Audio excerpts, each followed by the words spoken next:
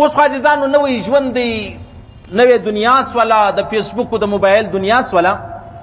ماښام یو ځوان ټلیفون راکوي، یو واره ټلیفون راوکوي ما نه کوي پورته، بل واره څلورم واره مې پورته کوي. هغه به دا خاطر پورته کوم چې یو ایمرجنسي به وي، یو پریشاني به وي، یو ضرورت به وي، دې پورته کا. اوس دغه ځوان و ما ته وایي یعنې په نیمه شپه باندې چې مولوي صاحب ته مولوي نورالدین یې؟ ما ول وایي چې دغه د یو نامحرمې ښځې سره په روزه کې خبرې کول، یعنی مطلب زه تا ته سم تورې وایم، د ده تورې نه درته وایم، هغه زما دپاره مناسب نه دي. دا خبرې کول دا جایزه دي؟ ما ورته ویلې د روزې بغیر لا نه دي جایزه. تا د روزې پوښتنه څنګه وکړله؟ د روزې بغیر هم نه دي جایزه، ته خو د روزې خبره کوې.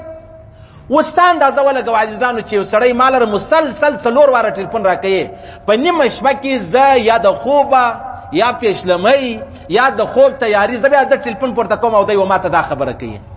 اوس به خلک ما ته وایي چې مولوي صاحب ته ټلیفون نه پورته کوې، ته مغرور یې، ته متکبر یې. نه مغرور یم نه متکبر یم، هېڅ یو شی نه یم، خو د داسې حاله څه بیا موږ خلاص نه یو. صحیح سلو. دی ما ته دا وایي چې یاره مولوي صاحب د روزې په حال کې سړی د پردۍ ښځې سره مجلس و خبرې کولی سي؟ ما ویل ته خو د روزې پوښتنه کوې، د روزې بغیر هم دا ستا پوښتنې چې دي هغه جایزه نه دي، دا ستا خبرې چې دي هغه جایزه نه دي. سهار رالمه اجره کښېنستم، سبق مې راواخېسته، سړی نن به درس کومه. نو بیا 2 زنانې وې، یو سړی ورسره ورالو. چې رالو نو بیا راته وایي چې دا زنانه وایي چې دا مولوي صاحب زما خاوند چې دی، زما خاوند هلکه د مابین دروازه بنده که، یار مابین دروازه بنده که، دا رنونه دي شور ډېر سیخه که مخ لږ سیخ، دا سایډ والا کړکیان هم بندې که. ما ته وایي مولوي صاحب چې زما خاوند چې دی هغه زما لور چې ده هغه سره بېلاري چې ده هغه کړې ده. زما خاوند زما د لور سره. اوس پر ملایانو موږ وګرځېدلو، هغه وایي چې ته د قیامته پورې پر دا خپل خاوند باندې طلاقه یې، تر قیامته پورې پر خپل خاوند باندې. نعوذ بالله، استغفر الله. یو سړی خپل لور لره لاس وروړي، یو سړی خپل مور لره لاس وروړي. که سړی مور لره لاس وروړي، نعوذ بالله، استغفر الله، الله اکبر، لا حول ولا قوة الا بالله. دغه د عدیت د پر بابا باندې تر قیامت پورې طلاق سو، بیا ترتیب نه جوړیږي. او که چا خپل لور لره لاس وروړي، اوس هغه تورې زه نه وایم چې دې زنانو ما ته ویلي دي، خالي د لاس خبره نه ده، دا تر قیامت پورې د خپل کور والا پر طلاقیږي. اوس دا زنانه وایي مولوي صاحب زما یې چاره څه؟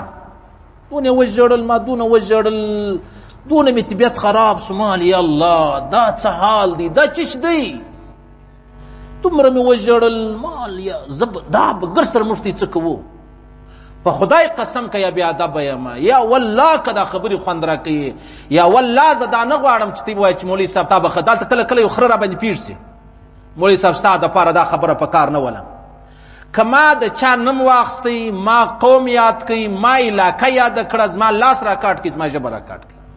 او که دا خبره نه وي نو زما دپاره هم عبرت دی، ستا دپاره خالص د عبرت په خاطر درته کوم.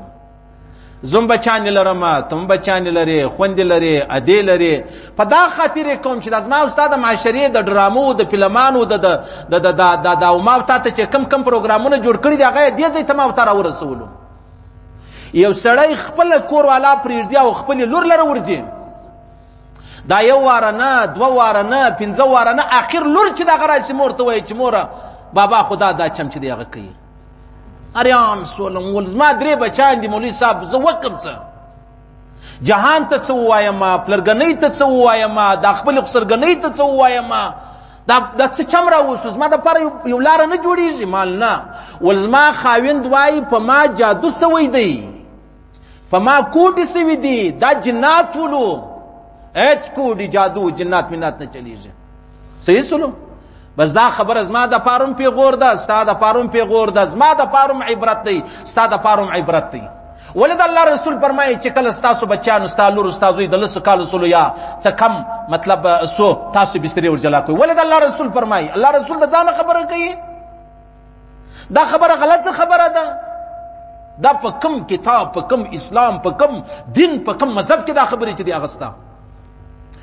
ما تاسو ته وختي خبره کړې وه، حضرت عمر فاروق رضی الله تعالی عنه د کور مخ ته ناست، سار سړی تېرېدی غرمه بیا را تېرېدی پوښتنه یې وکړه ول حضرت سار هم ناست دی اوس هم ناست دی خیر خو به یي ویلې ول لور مې په کور کې یوازې ده کوروالا مې تللې ده د پلار کره نږدې به و کور صحیح سو د قریبانو کره نو ما ته خوند نه راکوي چې زما د لور سره زه یوازې په کور کې سم دا حضرت عمر فاروق رضی الله تعالی دا هغه شخص و چې پر کومه لار به دی را روان و شیطان به دا لاره پرېښوله زما او ستا سره د یوه پر ځای سل شیطانان را سره دي بیا به ما او تا خبرې سره کوو دغه ورځ په انتظار یو ما او تا چې دغه ورځ خدا نه خسته نعوذ بالله استغفر الله الله به ما او تا وویني تر دې مرګ نه دی ښه دا به ولې پیښیږي دا خبرې کیبل دې ورته ایښی دی ډیش دې ورته ایښی دی د روس چینل دې ورته برابر کړی دی فیسبوک دې ور کړی دی ټچ موبایل دې ور کړی دی بیا به خامخا دا خبرې چې دې هغه پیښیږي خامخا به پیښیږي په خدای قسم تاسو واورئ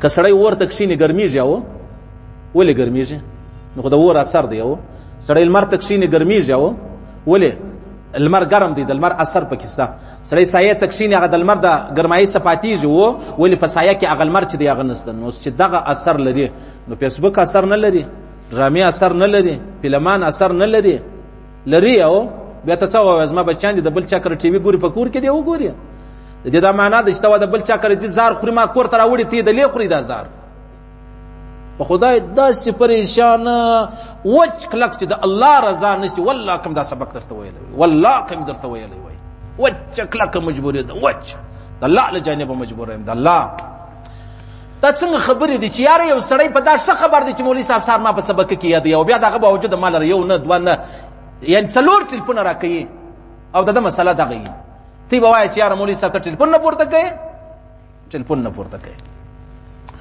ډېر مې هغه ښځې هم ډېر وژړل غریبه ښځه وله ډېر مې زړه پر وسوځل شو ما یاره زه څه درته ووایم ته اوس زه څه درته ووایم ته ووایه مولوي صاحب ما ته یو څاښت راولیکه چې زما زړه مطمئن نه شي زړه مې ډېر اریانه یم څه وکړم والله زه دا دنده نه کوم د تعویض و دا کیسې دا شنګر سره نه کوم لیکن په هغه ساعت کې مې کاغذ و قلم راواخیست نور د الله کارونه دي اطمینان و سکون هغه د الله په اختیار کې دی زموږ هېڅ اختیار نشته خو هغه سبب چې دی هغه اوس که ته جوړول غواړې هغه د هغه خبره ده